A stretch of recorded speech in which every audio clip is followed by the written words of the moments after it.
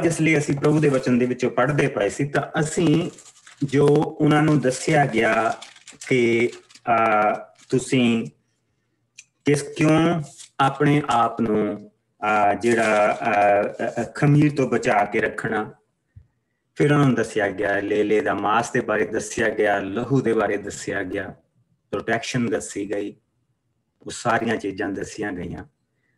और असीं कल इन्हां सारिया चीज़ां नूं जो मसीह ने जिसलिए सानू दूसरा नेम दिता, जिसलिए दूसरा नेम साडे नाल बन्निया गया, दैट इज वट इट मीनस। पुराना नेम, पहला नेम, पुराने जिहड़ा है पुराने नेम का मतलब जिहड़ा अब्राहम नूं दिता गया, नवा नेम का मतलब जिहड़ा सानू दिता गया।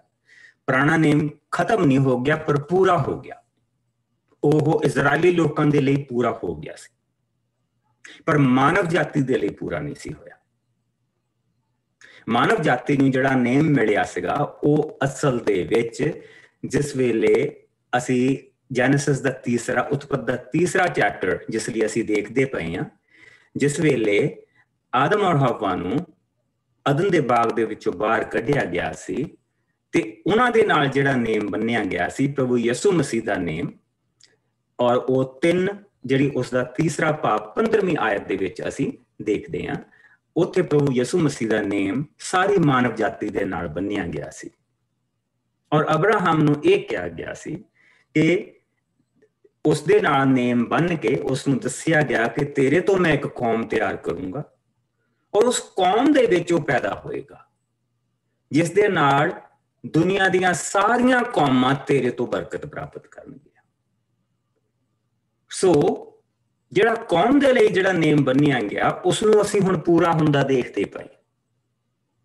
जिहड़ा अब्राहम दे नाल नेम बन्निया गया उसनूं पूरा हुंदा देखदे पए हां, पर अब्राहम दे नेम दे विच जिहड़ियां सारियां कौमां दे नाल, जिहड़ियां सारियां संतानां दे नाल, और जिथे जिथे भी नोहा दी संतान बैठी हुई उन्हां दे नाल जिहड़ा नेम बन्निया गया वो उसनूं पूरा होण दे लई फिर उसने दस्सिया कि अगले जिहड़े असीं हिस्से पढ़ने आ ते सानूं इह दस्सिया, उहदां विच इह दस्सिया जाना कि मुक्तिदाता कित्थे आएगा, कदों आएगा, किस तरह आएगा, और इस कौम नूं मैं किद्दां बचा के रखूंगा, और इसे कौम दे विच आएगा।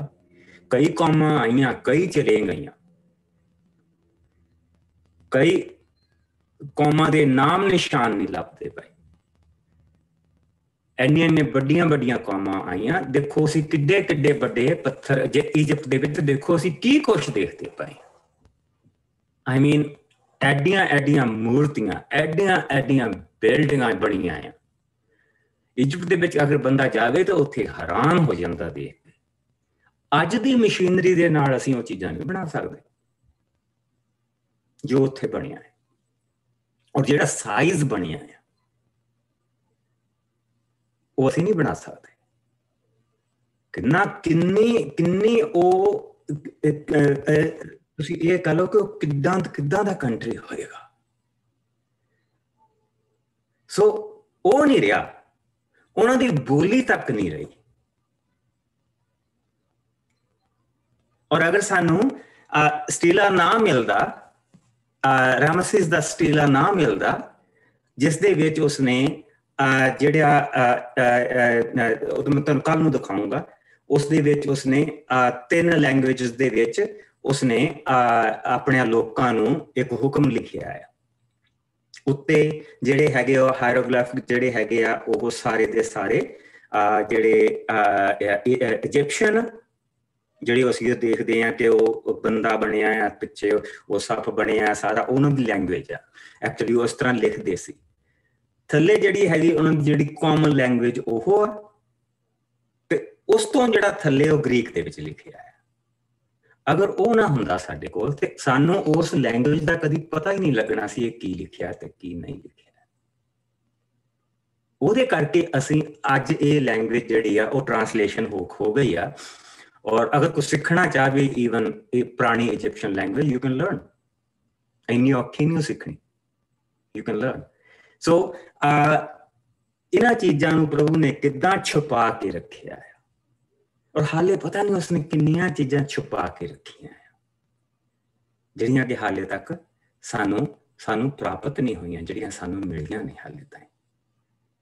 ਔਰ ਜਦੋਂ ਸਾਡਾ ਦਿਮਾਗ ਖਰਾਬ ਹੋ ਜਾਂਦਾ ਬਹੁਤਾ ਹੀ, ਅਸੀਂ ਕਹਿਣ ਲੱਗ ਪੈਂਦੇ ਜੇ ਕੋਈ ਹੋਇਆ ਹੀ ਨਹੀਂ, ਕੁਛ ਹੋਇਆ ਨਹੀਂ, ਫਿਰ ਉਹ ਕੁਛ ਨਾ ਕੁਛ ਨਵਾਂ ਰਿਵੀਲ ਕਰ ਦਿੰਦਾ ਥੋੜਾ ਜਿਹਾ,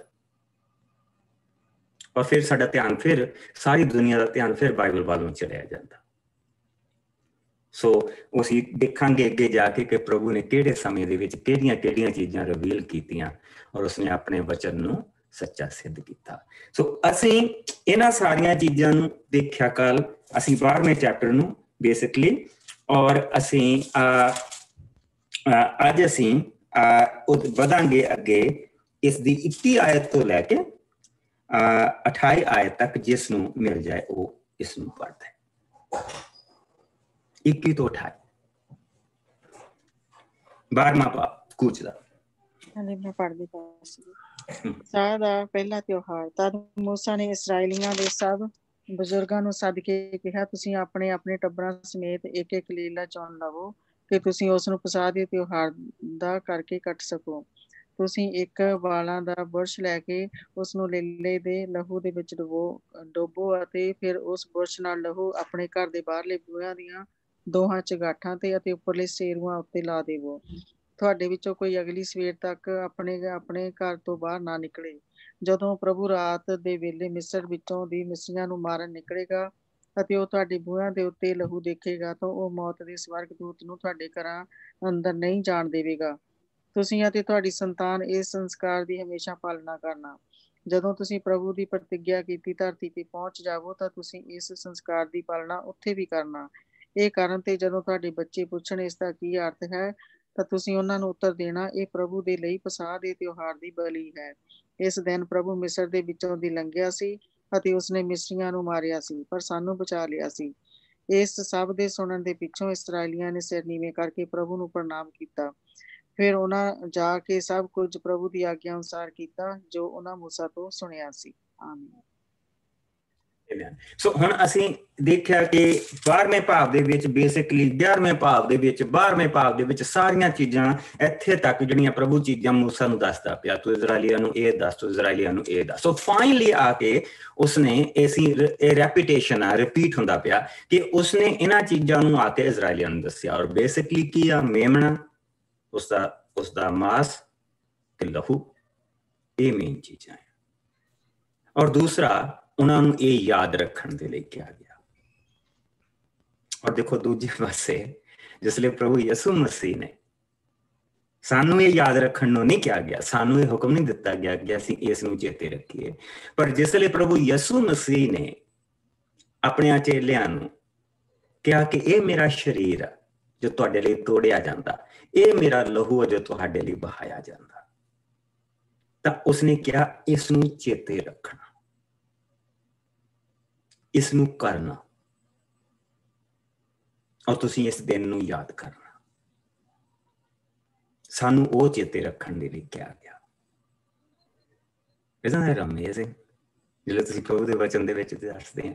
ਸੋ ਜਿਸ ਲਈ ਅਬਰਾਹਮ ਦੀ ਜਿਹੜੀ ਸੰਤਾਨ ਆ ਉਹ ਇਹਨਾਂ ਚੀਜ਼ਾਂ ਨੂੰ ਚੇਤੇ ਰੱਖਦੀ ਹੈ,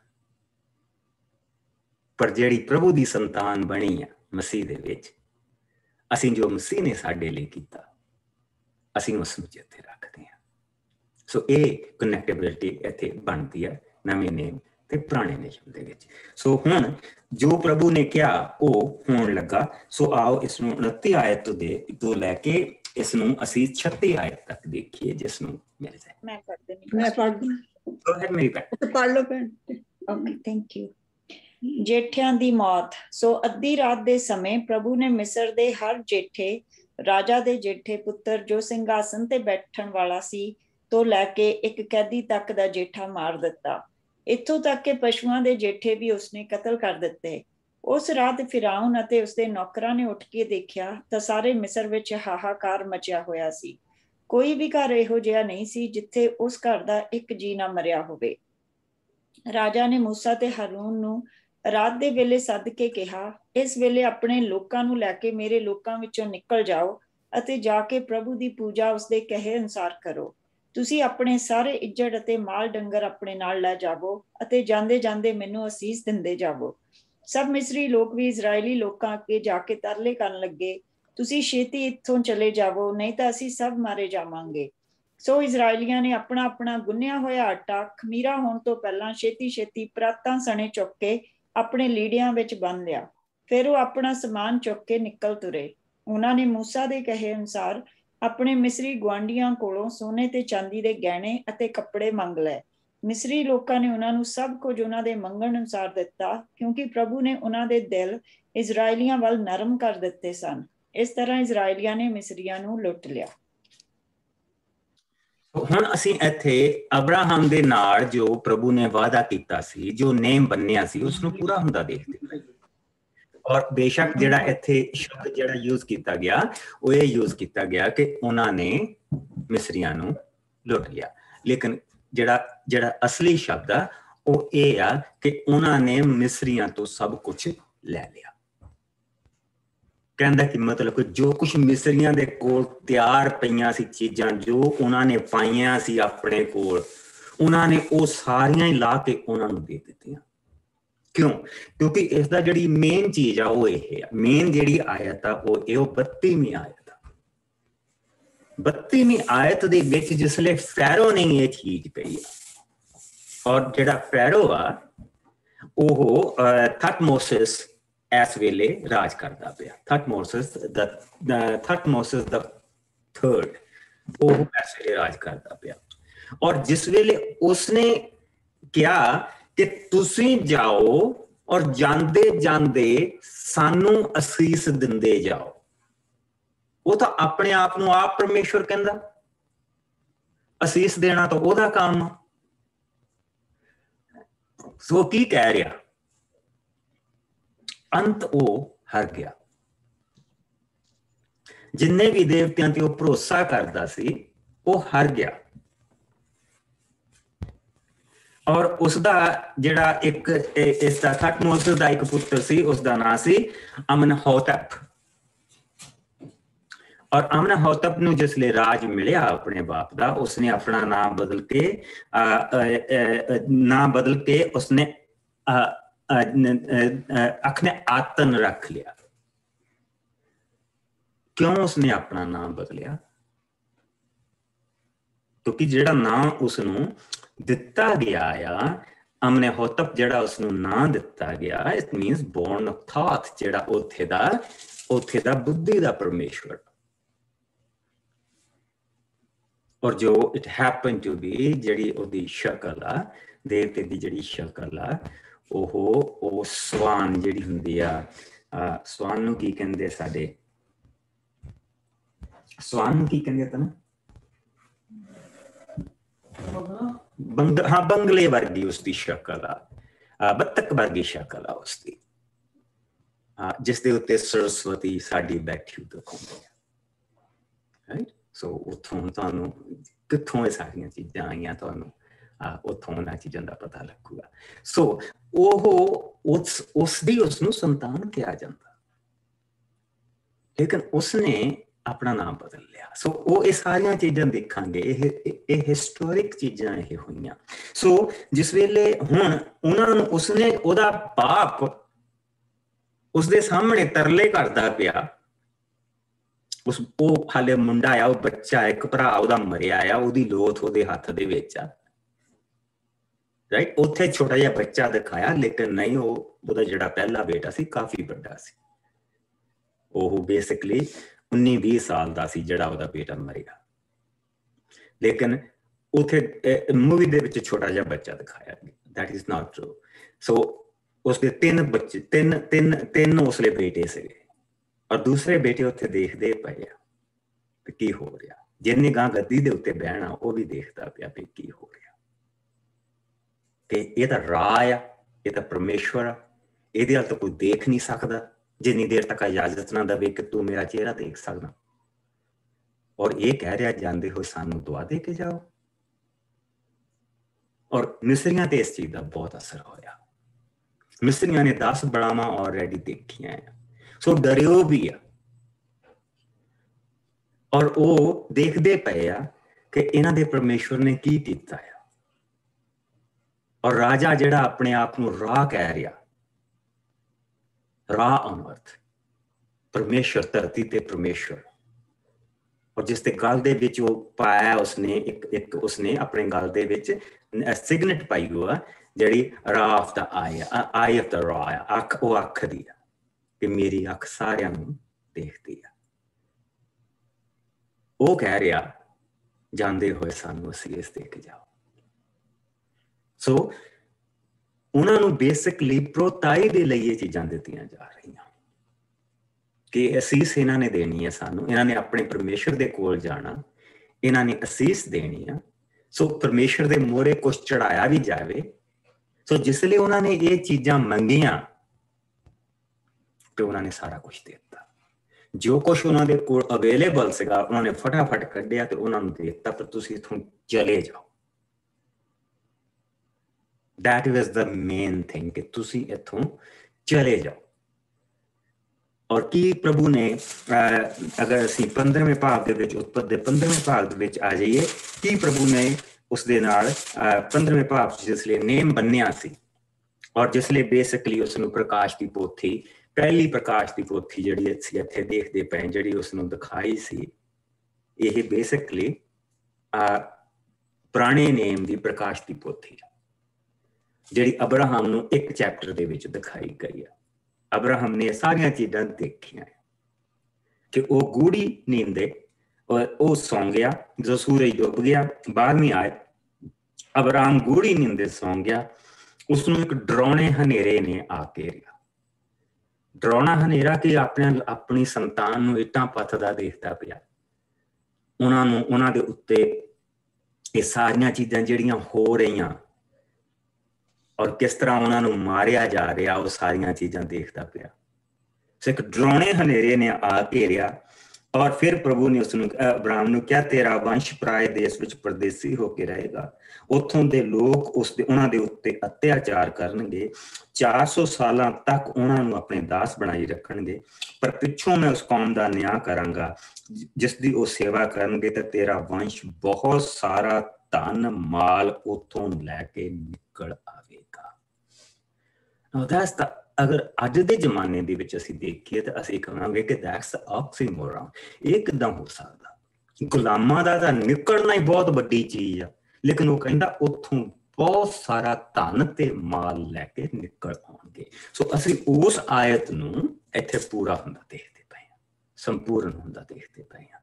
सो इत्थों सानूं ये पता लगदा पिया कि साडा प्रभु सिर्फ वादे करदा नहीं, साडा प्रभु वादे पूरे करदा। वो नेम बनदा नहीं, वो अपने नेम दे उत्ते चलदा, अपने नेम दे नाल वो वफादार रहिंदा। साडी जिहड़ा मेन चीज़ आ वो है प्रभु दा नेम, जो कि असीं उत्पत्ति दे 3 चैप्टर तो लैके असीं बाइबल दे प्रकाश की पोथी दे आखिरी चैप्टर तक जो असीं देखते पए हां, वो नेम की संपूर्णता ही देखते पए। प्रभु दे नेम की संपूर्णता ही असीं देखते पए हां। जो 3 चैप्टर दे विच होया वो प्रकाश की पोथी दे आखिरी चैप्टर दे विच जाके पूरा होया। असीं उन्हां सारियां चीज़ां नूं देखते पए, ओही चीज़ां देखते पए।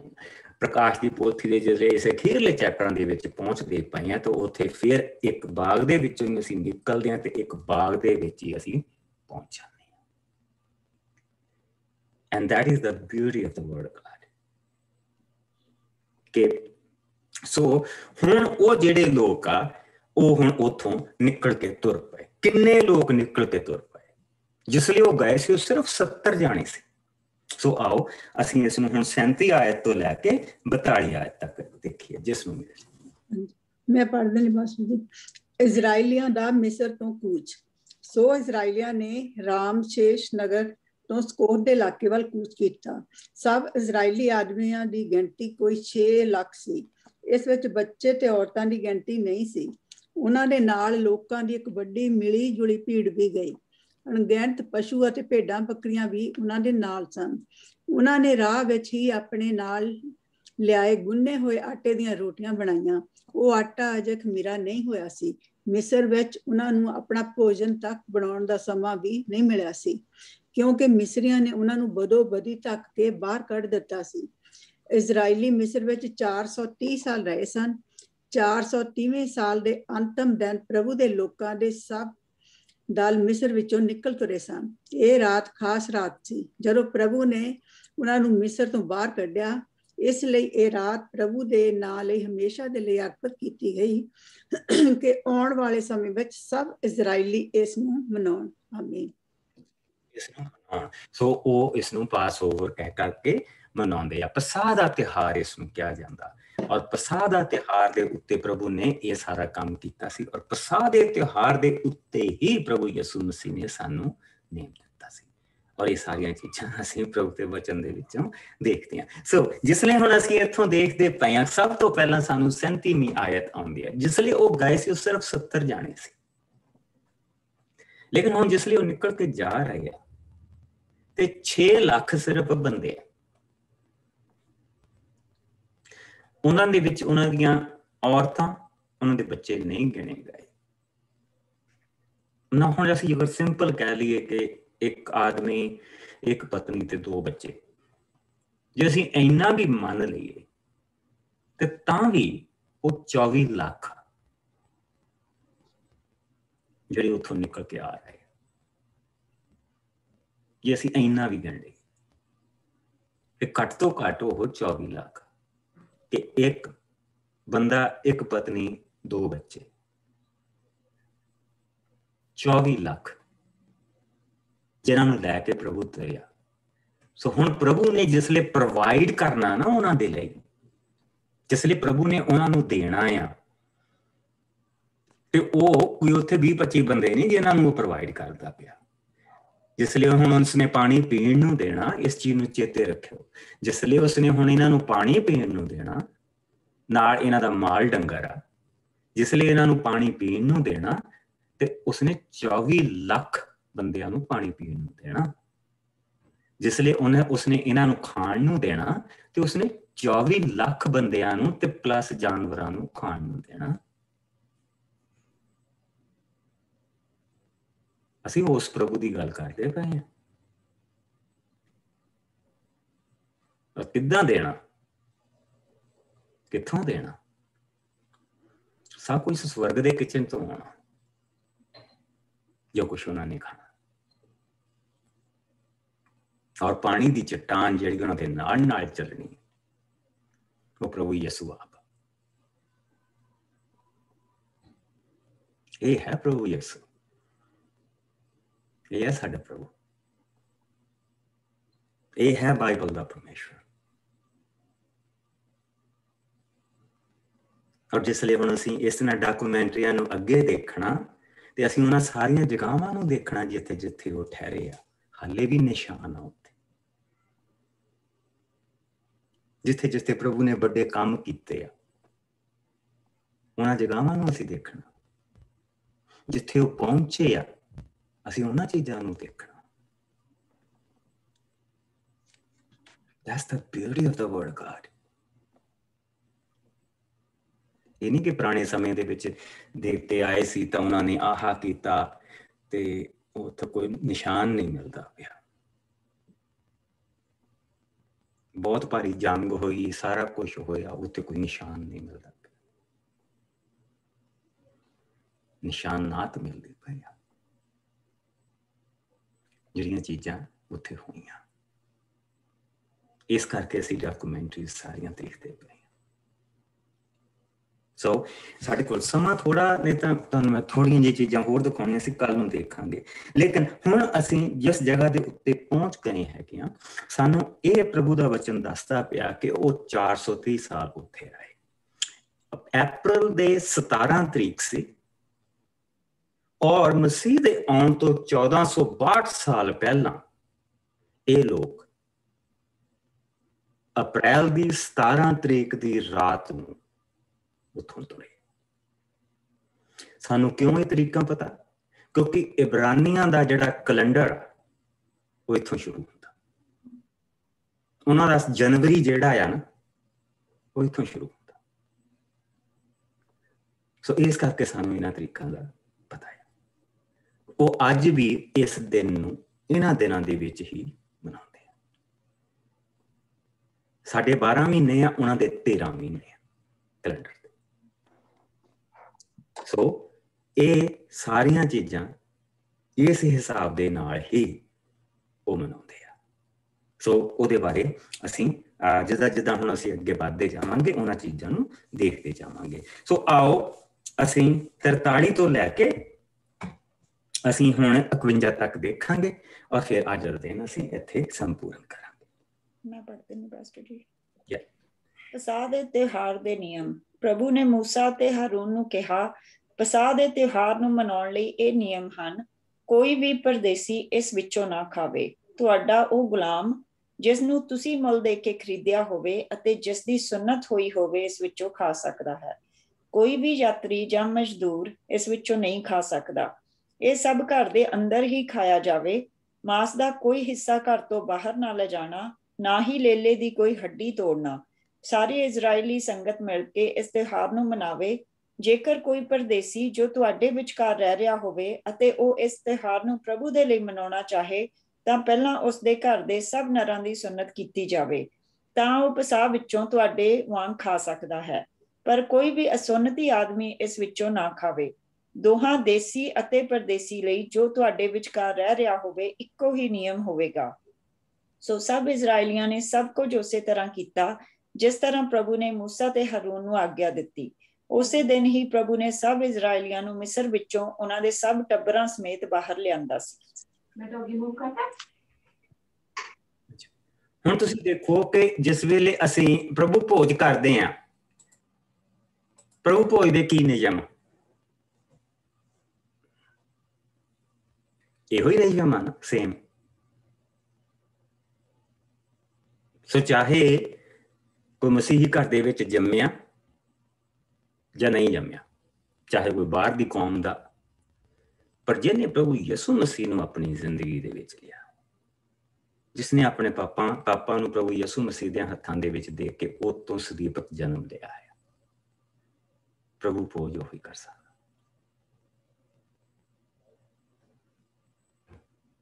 ਠੀਕ, ਇਹੋ ਹੀ ਨਿਯਮ ਸਾਡੇ ਤੇ ਅਪਲਾਈ ਹੁੰਦੇ ਪਏ।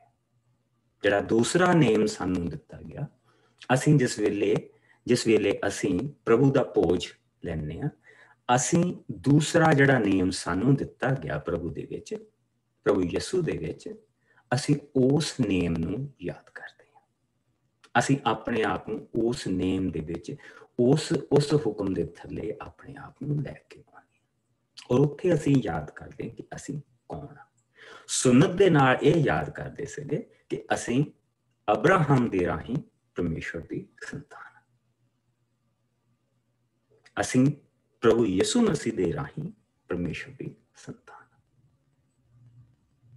ਠੀਕ, ਕਿਉਂਕਿ ਅਬਰਾਹਮ ਦੇ ਨਾਲ ਸਾਜੇ ਦੇ ਕੁੱਖੋਂ ਜਿਹੜੇ ਸਾਰੇ ਪੈਦਾ ਹੋਏ ਆ, ਉਹ ਸਾਰੇ ਦੇ ਸਾਰੇ ਮਸੀਹੀ ਨਹੀਂ, ਕਿਉਂਕਿ ਉਹ ਆਪਣਿਆਂ ਦੇ ਕੋਲ ਆਇਆ ਪਰ ਆਪਣਿਆਂ ਨੇ ਉਸ ਨੂੰ ਸਵੀਕਾਰ ਨਹੀਂ ਕੀਤਾ। ਪਰ ਜਿਨ੍ਹਾਂ ਨੇ ਉਸ ਨੂੰ ਸਵੀਕਾਰ ਕੀਤਾ ਉਹਨਾਂ ਨੂੰ ਉਸਨੇ ਪਰਮੇਸ਼ਵਰ ਦੀ ਸੰਤਾਨ ਹੋਣ ਦਾ ਅਧਿਕਾਰ ਦਿੱਤਾ। ਸੋ ਉਹਨਾਂ ਦਾ ਜਨਮ ਨਾ ਮਨੁੱਖ ਦੀ ਇੱਛਾ ਤੋਂ ਹੋਇਆ, ਨਾ ਮਨੁੱਖ ਤੋਂ ਹੋਇਆ, ਪਰ ਉਹ ਪਰਮੇਸ਼ਵਰ ਦੀ ਆਪਣੀ ਇੱਛਾ ਦੇ ਨਾਲ ਉਸ ਦੀ ਸੰਤਾਨ ਬਣੀ। ਔਰ ਇਸ ਤਰ੍ਹਾਂ ਅਸੀਂ ਪਰਮੇਸ਼ਵਰ ਦੀ ਸੁੰਨਤ ਦੇ ਵਿੱਚ ਆ ਜਾਂਦੇ ਹਾਂ ਸਾਰੇ। ਔਰ ਇਸ ਕਰਕੇ ਉਹਦੇ ਕਰਕੇ ਅਸੀਂ ਆਪਣੇ ਪ੍ਰਭੂ ਯਿਸੂ ਮਸੀਹ ਦਾ ਜਿਹੜਾ ਭੋਜ ਲੈਂਦੇ ਹਾਂ ਉਹ ਲੈਂਦੇ। ਔਰ ਇਸੇ ਤਰ੍ਹਾਂ ਇਹਨਾਂ ਨੂੰ ਦੱਸਿਆ ਗਿਆ ਕਿ ਜਿਸਲੇ ਤੁਸੀਂ ਇਹ ਪਸਾਹ ਦਾ ਤਿਉਹਾਰ ਮਨਾਓ, ਅਰਥਾਤ ਇਹ ਦਿਨ ਨੂੰ ਚੇਤੇ ਕਰੋ, ਤਾਂ ਤੁਸੀਂ ਜਿਹੜਾ ਲੇਲਾ ਆ ਉਸਦੀ ਕੋਈ ਹੱਡੀ ਨਹੀਂ ਤੋੜਨੀ। ਸੋ ਉਸ ਨੂੰ ਸਿਰਫ ਤੁਸੀਂ, ਜਿਸ ਤਰ੍ਹਾਂ ਕਿ ਉਸ ਨੂੰ ਤੁਸੀਂ ਸਿਰਫ ਉਸ ਨੂੰ ਕੁਰਬਾਨ ਕਰਨਾ ਹੈ। ਔਰ ਯਹੂਦੀ ਜਿਸਲੇ ਲੇਲਾ ਕੁਰਬਾਨ ਕਰਦੇ ਆ ਤੇ ਉਹ ਉਸ ਦਾ ਗਰਦਨ ਵੱਢ ਦੇਣਗੇ, ਸਿਰਫ ਉਸਦੀ ਨਾੜ ਵੱਢੀ ਜਾਂਦੀ, ਜਿਹੜੀ ਲਹੂ ਦੀ ਨਾੜ ਆ ਤੇ ਸਾਹ ਦੀ ਨਾੜ, ਉਹ ਦੋ ਨਾੜਾਂ ਵੱਢੀਆਂ ਜਾਂਦੀਆਂ।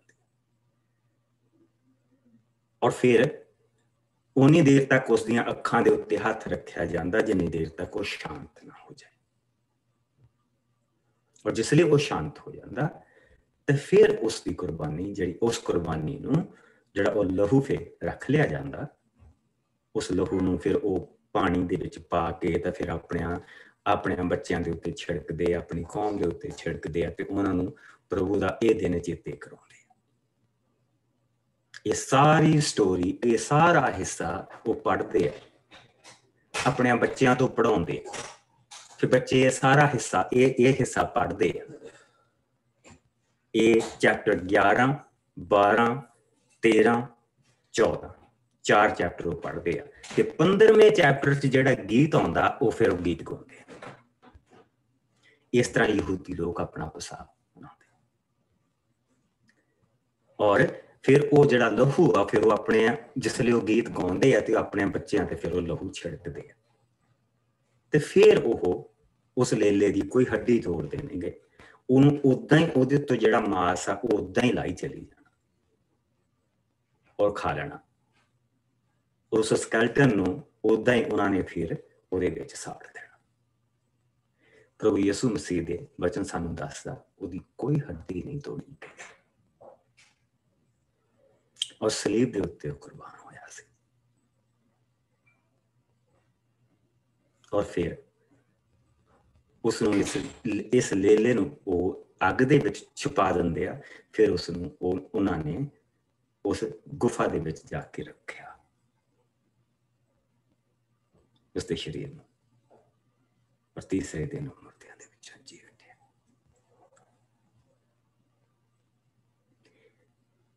ਔਰ ਉਹ ਕੁਰਬਾਨੀ ਕਬੂਲ ਕੀਤੀ ਗਈ।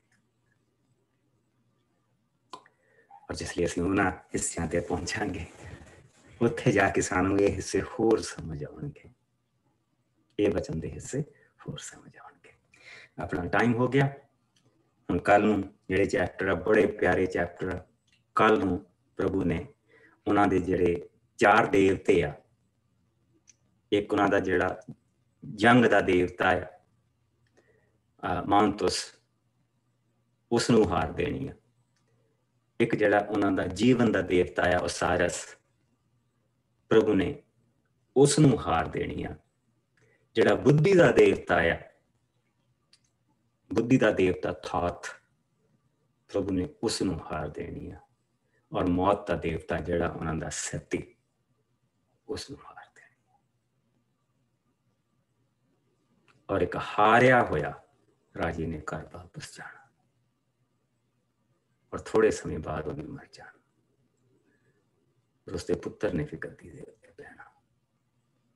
ਔਰ ਉਹਨੇ ਬੈਠ ਕੇ ਗੱਦੀ ਦੇ ਉੱਤੇ ਕੀ ਕੀਤਾ, ਇਹ ਸਾਰੀ ਚੀਜ਼ ਨੂੰ ਉਹ ਇੱਕ ਚੀਜ਼ ਜਿਹੜੀ ਸਾਨੂੰ ਦੱਸਦੇ ਨਹੀਂਗੇ, ਉਹ ਅਸੀਂ ਕੱਲ ਉਹ ਡਾਕੂਮੈਂਟਰੀ ਦੇਖਾਂਗੇ ਕਿ ਜੋ ਗੱਦੀ ਤੇ ਬੈਠ ਕੇ ਉਹਦੇ ਮੁੰਡੇ ਨੇ ਕੀਤਾ। ਉੱਥੋਂ ਪਤਾ ਲੱਗਦਾ ਕਿ ਉਹ ਸੱਚਮੁੱਚ ਇਜਿਪਟ ਦੀ ਹਾਰ ਹੋਈ ਸੀ, ਕਿ ਉਹਨਾਂ ਨੇ ਦੇਵਤੇ ਹੀ ਪੂਜਣੇ ਛੱਡ ਦਿੱਤੇ ਸੀ। ਉਹਦੇ ਸਮੇਂ ਦੇ ਵਿੱਚ ਕੋਈ ਦੇਵਤਾ ਨਹੀਂ ਪੂਜ ਹੋਇਆ, ਕਿਸੇ ਦੇਵਤੇ ਦੀ ਪੂਜਾ ਨਹੀਂ ਕੀਤੀ। ਉਹਨੇ ਸਭ ਕੁਝ ਬਦਲ ਦਿੱਤਾ ਸੀ। ਬਹੁਤੀ ਦੇਰ ਹੋ ਰਿਹਾ ਤਾਂ ਨਹੀਂ, ਕਿਉਂਕਿ ਜਿਹੜੇ ਪੰਡਤ ਸੀਗੇ, ਪੰਡਤਾਂ ਨੇ ਮੁੜ ਕੇ ਸਭ ਕੁਝ ਜਗਾ ਦਿਆ। ਉਹ ਰਹਿਣ ਨਹੀਂ ਦਿੰਦੇ, ਚੇਂਜ ਨੂੰ ਨਹੀਂ ਰਹਿਣ ਦਿੱਤੇ। ਭੁੱਖੇ ਮਰ ਜਾਣਾ ਸੀ ਉਹਨਾਂ ਨੇ, ਲੇਕਿਨ ਚੇਂਜ ਜ਼ਰੂਰ ਆਈ, ਭਾਵੇਂ ਥੋੜੇ ਸਮੇਂ ਲਈ ਆਈ। ਕੱਲ ਨੂੰ ਦੇਖਾਂਗੇ ਉਹਨਾਂ ਚੀਜ਼ਾਂ। Let us pray. ਪ੍ਰਭੂ ਜੀ, ਤੇਰਾ ਬਹੁਤ ਸ਼ੁਕਰ ਕਰਦੇ ਹਾਂ ਤੇਰੀ ਦਇਆ ਦੇ ਲਈ, ਤੇਰੇ ਪਿਆਰ ਦੇ ਲਈ, ਤੇਰੀ ਮਹਾਨਤਾ ਦੇ ਲਈ। ਤੂੰ ਸਾਡਾ ਦਿਆਲੂ ਕਿਰਪਾਲੂ ਪਰਮੇਸ਼ਵਰ ਆ। ਤੂੰ ਜੇਤੂ ਆ ਪ੍ਰਭੂ ਜੀ, ਤੂੰ ਜੇਤੂ ਆ। ਇਨਸਾਨ ਆਪਣੇ ਲਈ ਜਿੰਨੇ ਮਰਜ਼ੀ ਦੇਵਤੇ ਬਣਾ ਲੈ, ਲੇਕਿਨ ਜਿੰਨਾ ਮਰਜ਼ੀ ਕਹਿ ਲੈ ਕਿ ਵਿਸ਼ਵਾਸ ਹੋਣਾ ਚਾਹੀਦਾ, ਭਾਵੇਂ ਪੱਥਰ ਤੇ ਕਰ ਲਓ। ਤਾਂ ਪ੍ਰਭੂ ਜੀ, ਜੋ ਪੱਥਰ ਤੇ ਵਿਸ਼ਵਾਸ ਕਰਦੇ ਹੋ ਪੱਥਰਾਂ ਵਰਗੇ ਹੀ ਹੁੰਦੇ। ਤੇਰਾ ਵਚਨ ਇਹ ਕਹਿੰਦਾ, ਪਰ ਜੋ ਜਿਉਂਦੇ ਪਰਮੇਸ਼ਵਰ ਤੇ ਵਿਸ਼ਵਾਸ ਕਰਦੇ ਆ, ਉਹਨਾਂ ਕੋਲ ਸਦਾ ਦਾ ਜੀਵਨ। ਔਰ ਆਪਣੇ ਪ੍ਰਭੂ ਦੇ ਨਾਲ ਉਹਨਾਂ ਦੇ ਲਈ ਪ੍ਰਭੂ ਜੀ ਤੂੰ ਇਹ ਵੱਡੇ ਵੱਡੇ ਕੰਮ ਕਰਦਾ। ਸਾਡੇ ਵਿੱਚ ਬਹੁਤ ਸਾਰੇ ਭੈਣ ਭਰਾ ਬੈਠੇ ਆ ਇਸ ਵੇਲੇ ਜ਼ਿੰਦਗੀ ਦੇ ਉਹਨਾਂ ਮੋੜਾਂ ਦੇ ਵਿੱਚ, ਜਿਹਨਾਂ ਨੂੰ ਕੁਛ ਨਹੀਂ ਪਤਾ ਲੱਗਦਾ ਕਿ ਕੱਲ ਨੂੰ ਕੀ ਹੋਏਗਾ। ਸਾਡੇ ਬੱਚੇ ਕੁਛ ਐਸਿਆਂ ਰਸਤਿਆਂ ਤੇ ਖੁਦਾਵੰਦ ਜਿਹੜਾ ਸਾਨੂੰ ਨਹੀਂ ਹੁਣ ਪਤਾ ਕਿ ਕੀ ਹੋਏਗਾ। ਜਿਸ ਤਰ੍ਹਾਂ ਅਬਰਾਮ ਨੂੰ ਹਨੇਰੇ ਨੇ ਆ ਘੇਰਿਆ, ਪ੍ਰਭੂ ਜੀ ਅਸੀਂ ਸਾਡੀਆਂ ਅੱਖਾਂ ਸਾਹਮਣੇ ਵੀ ਹਨੇਰਾ,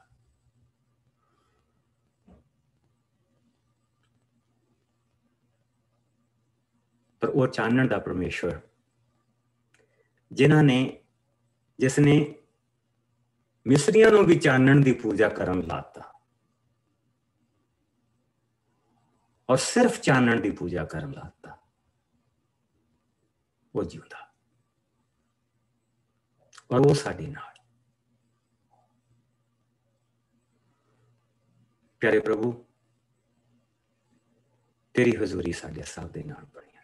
ਬੁਰੇ ਔਰ ਬੁਰਾਈ ਤੋਂ ਸਾਨੂੰ ਬਚਾ ਕੇ ਰੱਖੀ, ਆਪਣੀ ਨਜ਼ਦੀਕੀ ਦੇ ਵਿੱਚ ਬਣਾ ਕੇ ਰੱਖੀ, ਸਾਡੇ ਬੱਚਿਆਂ ਦੇ ਨਾਲ ਬਣਿਆ ਰਹੇ ਔਰ ਤੇਰੇ ਪਿਆਰ ਦੇ ਵਿੱਚ ਪ੍ਰਭੂ ਜੀ ਅਸੀਂ ਇਸੇ ਤਰ੍ਹਾਂ ਦਿਨ ਰਾਤ ਵੱਧਦੇ ਜਾਈਏ। ਸਰੀਰਕ ਤੰਦਰੁਸਤੀ ਦੇ, ਮਨ ਨੂੰ ਬੁੱਧੀ ਦੇ ਔਰ ਪ੍ਰਭੂ ਜੀ ਸਾਡੇ ਚਾਲ ਚੱਲਣ ਨੂੰ ਆਪਣੇ ਤਾਕਤ ਦੇ ਨਾਲ, ਆਪਣੇ ਨਾਲ, ਆਪਣੀਆਂ ਹੱਦਾਂ ਦੇ ਵਿੱਚ ਬਣਾ ਕੇ ਰੱਖ। ਇਸ ਸਾਰੇ ਸਮੇਂ ਨੂੰ ਔਰ ਜਦ ਤੱਕ ਅਸੀਂ ਦੁਆਰਾ ਮਿਲੀਏ ਪ੍ਰਭੂ ਜੀ, ਅਸੀਂ ਆਪਣੇ ਆਪ ਨੂੰ ਤੇਰੇ ਪਵਿੱਤਰ ਹੱਥਾਂ 'ਚ ਦਿੰਦੇ ਹਾਂ, ਮਸੀਹ ਯਿਸੂ ਦੇ ਮਿੱਠੇ ਔਰ ਪਿਆਰੇ ਨਾਮ ਦੇ ਵਿੱਚ, ਆਮੀਨ। ਇੱਕ ਦਿਨ ਅਸੀਂ ਐਸਾ ਰੱਖਣਾ ਜਿਸ ਦੇ ਵਿੱਚ ਅਸੀਂ ਇਹ ਦੇਖਣਾ ਕਿ ਅਸੀਂ ਕੀ ਕੁਝ ਸਿੱਖਿਆ। ਸੋ ਉਸ ਦਿਨ ਮੈਂ ਨਹੀਂ ਬੋਲਣਾ, ਉਸ ਦਿਨ ਤੁਸੀਂ ਦੱਸਣਾ ਕਿ ਤੁਸੀਂ ਕੀ ਕੁਝ ਸਿੱਖਿਆ ਔਰ ਇਹਨਾਂ ਚੀਜ਼ਾਂ ਤੋਂ ਤੁਹਾਨੂੰ ਕੀ ਫਾਇਦਾ ਮਿਲਦਾ, ਵਿਸ਼ਵਾਸ ਦੇ ਵਿੱਚ ਕੀ ਫਰਕ ਆਇਆ। ਇਹਨਾਂ ਚੀਜ਼ਾਂ ਦੇ ਨਾਲ ਅਸੀਂ ਇੱਕ ਦਿਨ ਬਤਾਵਾਂਗੇ। ਬਲੈਸ ਯੂ, ਪ੍ਰਭੂ ਤੁਹਾਨੂੰ ਬਰਕਤ ਦੇ ਔਰ ਤੁਹਾਡੇ ਸਾਰਿਆਂ ਦੇ